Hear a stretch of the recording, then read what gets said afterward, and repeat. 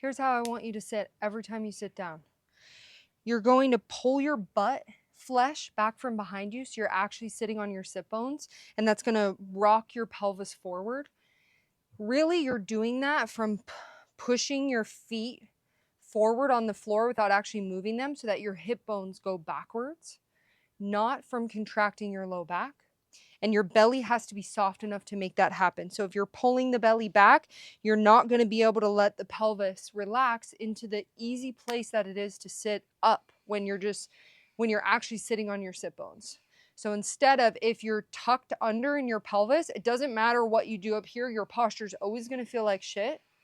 Let the belly come forward, let the sit bones go wide and back, let the hips go wide and back. You can use your feet on the floor to make that happen. And then let your ears tip back. I want you to feel the central channel of light that's like a flashlight shining from the center of your heart. And it's going to go up over the back ribs, forward through the neck and the throat, back through the head, up through the crown, down through the crown, through the back of the head, forward through the throat, back through the back, forward through the low belly in the back. Now that it actually can be forward, you're supposed to have a curve in your spine.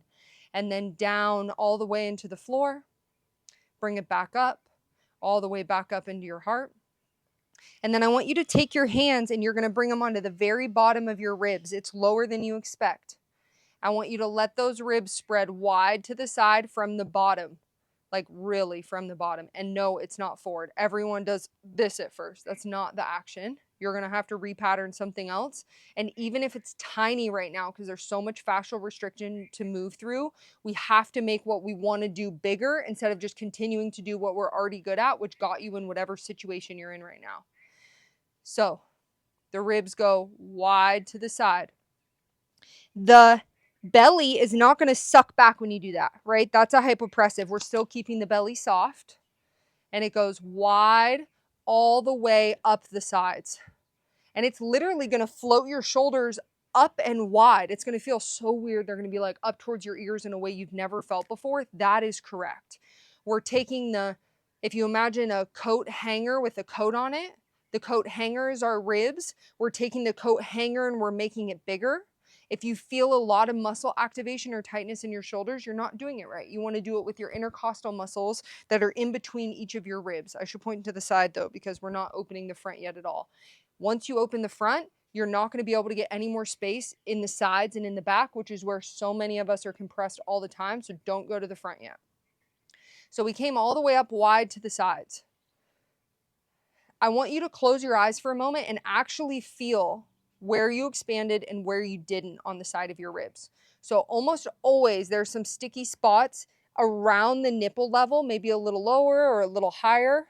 Take your hand just on your right side for a moment and feel, is it super tight over there? If it's super tight, you didn't spread the ribs.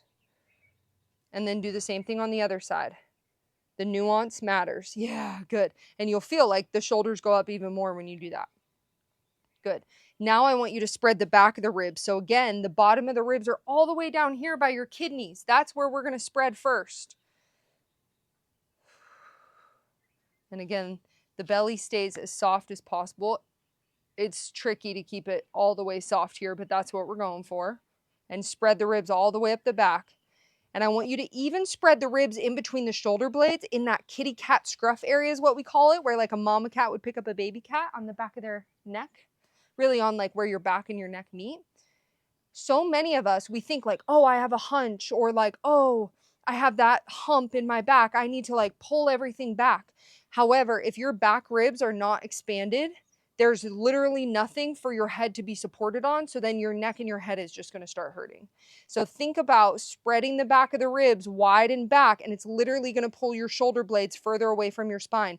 And you might be rounded in your chest right now to make this happen. That's all good. Okay, here's something I really need to talk about. If every time you exhale, you're losing all this expansion, that's not really going to work, right? Because you have to keep breathing. So let's take a small break and bring your hands lower than the bottom of your ribs. And I want you to start breathing with your diaphragm, meaning that your diaphragm is all around your ribs here. It's like a spring. It's up like this at rest, and then as you inhale, it goes down, and that is what expands your belly, your sides, your back, and your pelvic floor. And they're not actually contracting, right? They're just moving because the volume is changing. And the diaphragm is down at this point. We finished inhaling. And then as we exhale, we actually don't have to do anything because this muscle is already stretched long. And if we just let go of that spring, it's going to exhale us.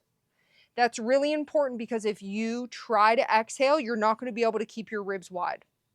So the hands are on the side. You can let your eyes close and feel like you're going to breathe down into like your uterus or your prostate if you have one, your vagina, your balls if you have one, your butthole, like all that area that you're disconnected from. I need you to get connected to it and feel how it moves with your breath. As the diaphragm descends, the pelvic floor and all the organs descend with it. Your breath is not super long. This is not a yogi breath. I don't want to hear it. It's going to be 2 to 3 seconds on the inhale max, and then you're just letting go on the exhale. This is very different than probably what you're used to. I'm going to do a few.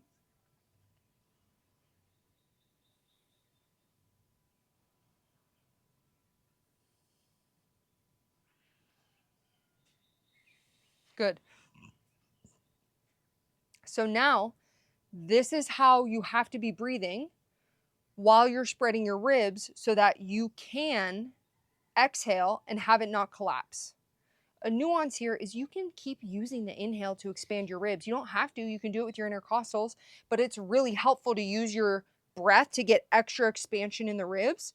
But then you have to exhale with your diaphragm. Otherwise, you're going to collapse everything. So that's really nuanced. So let's start with spreading your ribs from the very bottom wide to the side. It's always wide first. And then keep it wide and breathe with your diaphragm. Don't let those ribs collapse at all. And it's really helpful to put your hands on the bottom of the ribs to feel that. It's like the bottom of your ribs are like the ring around a drum, and your diaphragm is the drum on the inside going up and down, and we don't want to lose any of the width of those ribs.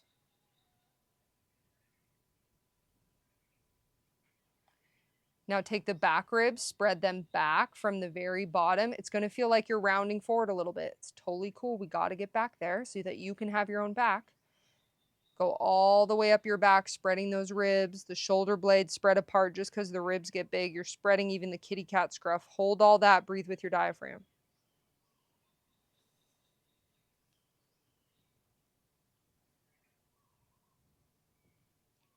Good. Tip your ears back. So your eyes you're in line with the center of your eye sockets. You're looking out through the center of your eye sockets. And then push your head back a little bit more and think like a back bend without collapsing any of your back. So keeping yourself wide in all directions. That is how we want to open ourselves in Bowspring. We're never stealing from Peter to pay Paul, even if we can't get this open in the front right now. You're keeping that openness. Again, breathe into your diaphragm. Easy, easy breaths, keeping the ribs wide. Breathing down into your butt. Bonus points if you can feel your pelvic floor moving on the floor.